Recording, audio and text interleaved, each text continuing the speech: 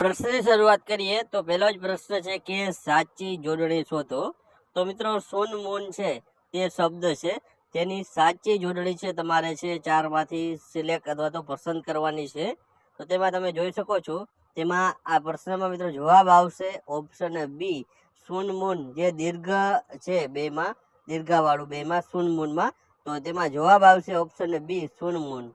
ત્યારબાદ ખોટી જોડણી શોધો. તો ખોટી જોડણી ચાર અલગ અલગ આપેલી છે, તેમાંથી એક ખોટી જોડણી રહેલી છે. તે ખોટી જોડણી કઈ છે તે શોધવાની છે. તેમાં છે પરિચારિકા, પરિચિત, વીજળી અને હોશિયાર. આ ચાર શબ્દો આપેલા છે. તેમાં કેની જોડણી ખોટી છે તે શોધવાની છે. તો તેમાં મિત્રો તમે જોઈ શકો છો કે ઓપ્શન ડી છે હોશિયાર. તેમાં હોશિયારમાં જે સી છે તે રસબાઈ આવે છે, દીર્ઘાઈ નું આવે.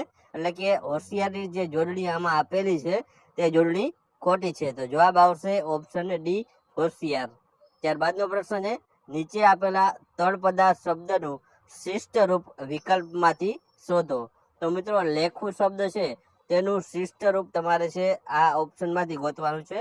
ઓપ્શન આપેલા છે હિસાબ છે, લખવું છે, લાખ છે અને લડવું છે. તો મિત્રો આમાં આ પ્રશ્નનો જવાબ આવશે ઓપ્શન એ હિસાબ છે. તે લેખું શબ્દ છે, તેનું શિષ્ટ રૂપ હિસાબ થશે. ત્યારબાદનો પ્રશ્ન જોઈએ તો નીચે જે રૂઢિપ્રયોગ છે, અહીં નીચે રૂઢિપ્રયોગનો સાચો અર્થ છે તમારે શોધવાનો છે. તો રૂઢિપ્રયોગ છે ઓછું આવવું. તો તેના મિત્રો છે સાચો જે અર્થ છે શું થશે? તો ચાર ઓપ્શન આપેલા છે: વધારે ન હોવું, ખુશ થવું, દુઃખ થવું કે કરકસર કરવી. તો મિત્રો આ પ્રશ્નનો જવાબ આવશે ઓપ્શન સી દુઃખ થવું. ઓછું આવવાનું, ઓછું આવવું, તેનો મિત્રો રૂઢિપ્રયોગનો સાચો અર્થ દુઃખ થવું થાય છે. ત્યારબાદનો મિત્રો પ્રશ્ન જોઈએ તો વાછરડું જોયા વિના દૂધ દોવા દેતી ગાય, તેને મિત્રો શું કહેવાય છે? તો ચાર ઓપ્શન આપેલા છે: અવલી, કવલી, સાવલી કે જાવલી. તો મિત્રો આ પ્રશ્નનો જવાબ આવશે ઓપ્શન બી કવલી ગાય છે તેને કહેવામાં આવે છે, જે વાછરડા જોયા વિના પણ દૂધ આપે છે. ત્યારબાદનો પ્રશ્ન છે, નીચે આપેલા શબ્દોમાંથી કયો શબ્દ પરિત્રાણ શબ્દ છે તેનો સમાનાર્થી નથી તે જણાવવાનું છે. તો ચાર ઓપ્શન આપેલા છે: આત્મરક્ષણ, સંબંધિત, અટકાવ અને કવચ. તો મિત્રો અહીં આ પ્રશ્નમાં જવાબ આવશે ઓપ્શન બી, જે સંબંધિત છે તે શબ્દ પરિત્રાણનો સમાનાર્થી નથી, પરંતુ આત્મરક્ષણ છે, અટકાવ છે અને કવચ જે પરિત્રાણ શબ્દનો સમાનાર્થી શબ્દ રહેલો છે. ત્યારબાદનો આપણે પ્રશ્ન જોઈએ તો નીચે આપેલા શબ્દનો સમાસ ઓળખાવો. તો મિત્રો નરસિંહ શબ્દ આપેલો છે, તેનો સમાસ છે તે ઓળખાવાનો છે. તો મિત્રો ચાર ઓપ્શન આપેલા છે: તત્પુરુષ, ઉપપદ, કર્મધારાય કે દ્વંદ્વ સમાસ.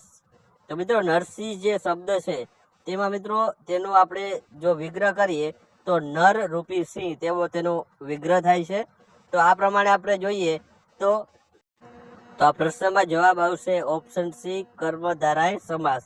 કેમ કે મિત્રો છે અહીં નરસિંહમાં છે તે અહીં તમને છે વિશેષણ પ્રથમ પદ જોવા મળે છે, પણ નર રૂપી સિંહ એટલે કે સિંહ છે પણ નર રૂપી સિંહ છે. અહીં પ્રથમ પદ છે તે વિશેષણ ધરાવે છે, તેથી છે આ પ્રશ્નનો જવાબ આવશે ઓપ્શન સી કર્મધારાય સમાસ. ત્યારબાદનો આપણે પ્રશ્ન જોઈએ તો અલંકારનો પ્રકાર વિકલ્પમાંથી શોધો. અહીં મિત્રો તમને પંક્તિ આપેલી છે, તો તે છે આ પ્રમાણે પંક્તિ રહેલી છે.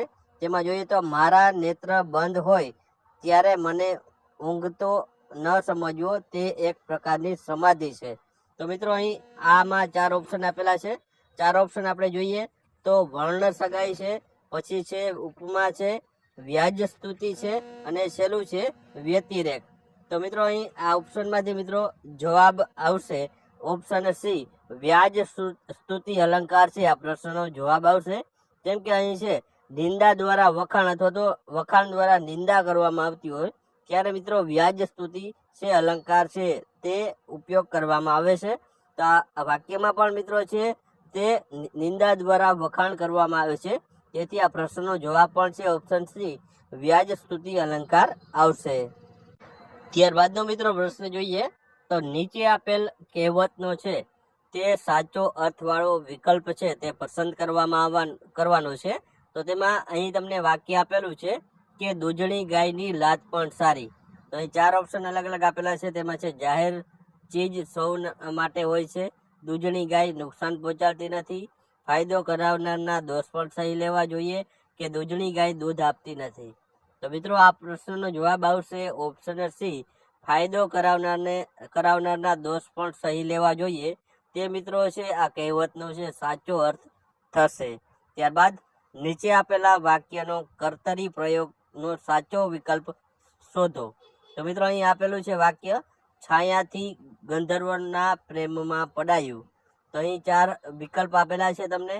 છાયા ગંધર્વને પ્રેમ કરે છે, છાયા ગંધર્વને પ્રેમ કરશે, છાયા ગંધર્વના પ્રેમમાં પડી, કે શું છાયા ગંધર્વના પ્રેમમાં પડી. તો મિત્રો આ પ્રશ્નનો જવાબ આવશે ઓપ્શન સી, છાયા ગંધર્વના પ્રેમમાં પડી. તે મિત્રો છે આ વાક્યનું છે કર્તરી પ્રયોગ રહેલો છે. ત્યારબાદ મિત્રો આપણે વાત કરીએ પ્રશ્નની. તો રેખાંકિત પદનો કૃદંતનો પ્રકાર શોધીને જણાવો. તો અહીં તમને વાક્ય આપેલું છે કે ક્રિશા લખતા લખતા ટીવી જુએ છે.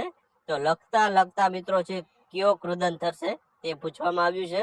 તો તેમાં ઓપ્શન આપેલા છે ભૂત કૃદંત, વર્તમાન કૃદંત, ભવિષ્ય કૃદંત, કે વિદ્યત કૃદંત. તો મિત્રો આ પ્રશ્નનો જવાબ આવશે ઓપ્શન બી, વર્તમાન કૃદંત છે મિત્રો થશે. લખતા લખતામાં ત મિત્રો પ્રત્યય આવે છે અને વર્તમાન કૃદંતનો છે ત પ્રત્યય લાગે એટલે વર્તમાન કૃદંત બને છે. તો આ પ્રશ્નમાં પણ મિત્રો વર્તમાન કૃદંત જવાબ આવશે. ત્યારબાદનો પ્રશ્ન જોઈએ. તો નીચે આપેલા તળપદા શબ્દનું શિષ્ટ રૂપ છે વિકલ્પમાંથી શોધો. તો મિત્રો ભાઠો શબ્દનું શિષ્ટ રૂપ છે તમારે શોધવાનું છે. તો તેમાં 4 ઓપ્શન આપેલા છે, પથરો, ભાલ, દલાલી, કે કલેડું. તો મિત્રો આ પ્રશ્નનો જવાબ આવશે ઓપ્શન એ, પથરો છે તે ભાઠો શબ્દનું શિષ્ટ રૂપ થશે. ત્યારબાદનો પ્રશ્ન જોઈએ. તો નીચે આપેલા વિકલ્પોમાં કયો શબ્દ સમાનાર્થી નથી તે જણાવવાનું છે. તો 4 ઓપ્શન આપેલા છે, કુરંગ, સારંગ, નીલકંઠ, કે મૃગ. તો મિત્રો આ પ્રશ્નમાં જવાબ આવશે ઓપ્શન સી, નીલકંઠ શબ્દ છે તે આ 3 વિકલ્પમાંથી અલગ પડે છે, તેથી તે સમાનાર્થી શબ્દ નથી. તો જવાબ આવશે ઓપ્શન સી, નીલકંઠ. ત્યારબાદનો પ્રશ્ન જોઈએ. તો નીચે આપેલ શબ્દનો સમાસ છે તે ઓળખાવો. તો આબરૂ શબ્દ છે તમને આપવામાં આવ્યો છે. તો આબરૂ શબ્દ મિત્રો છે તો તેમાં 4 ઓપ્શન આપેલા છે, તત્પુરુષ, મધ્યમ પદલોપી, બ્રહુવિહી, કે અવ્યયભાઈ સમાસ. તો મિત્રો આમાંથી તમે જોશો તો અહીં આબરૂ શબ્દમાં છે મિત્રો તમારે છે કે વિભક્તિ પ્રત્યય દ્વારા છે સમાસને તમે વિગ્રહ કરી શકો છો. તેથી છે આબરૂ શબ્દનો જે સમાસ છે તે તત્પુરુષ સમાસ થશે. તો ઓપ્શન એ આવશે તત્પુરુષ સમાસ. તો મિત્રો આબરૂમાં તત્પુરુષ કેમ આવે તે પણ જોઈ લઈએ. તો મિત્રો આબરૂનો અર્થ થશે છે મોઢાનું તેજ, તેથી અહીં તત્પુરુષ સમાસ છે પ્રશ્નનો જવાબ આવશે.